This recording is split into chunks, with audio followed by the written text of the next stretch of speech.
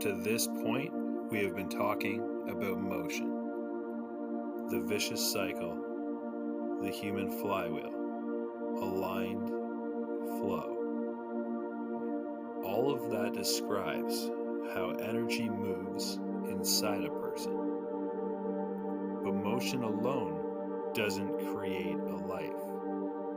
Motion needs structure, and this is where most systems break. Here's the mistake most people make. They try to build structure while the flywheel is still spinning. They chase goals, create routines, design identities, but the internal system is still noisy, so the structure collapses. Not because it's wrong, but because it's being built on instability. The vicious cycle isn't a mindset problem, it's a regulation problem. As long as the mind is reactive, desire is distorted. Identity fragments. Action becomes inconsistent. So before we talk about what we want, we have to stabilize how the system operates. That's what the interruption did. It didn't give you answers, it gives you ground. Now, aligned flow is what happens when a flywheel slows. Awareness enters, choice returns, energy stops leaking. But flow alone is not enough. Flow is movement. What we need next is orientation. And this is where the pyramid comes in. Now, the pyramid is not a belief system. It's not a philosophy.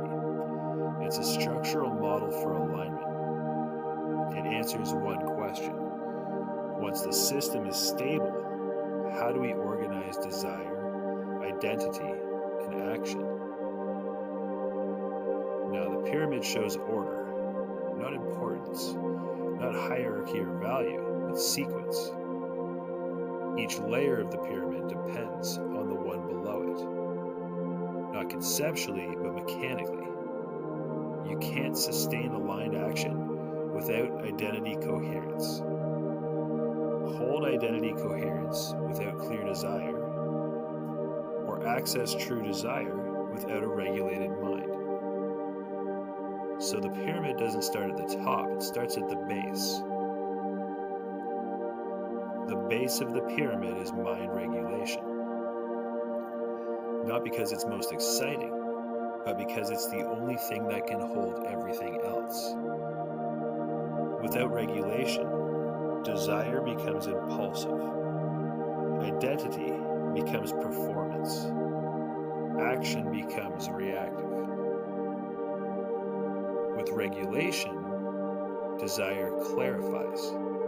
Identity stabilizes, and action aligns. This is why the pyramid exists after the flywheel lesson and not before it. Here's the reframe that makes this click. The pyramid is not something you climb, it's something you stand on. When the base is stable, the rest becomes natural. So here's the sequence. First, we see the flywheel. Then we interrupt it. Then we allow flow. And only then do we introduce structure. In the next lesson, we'll walk through each layer of the pyramid, not as ideas to believe, but as states to inhibit.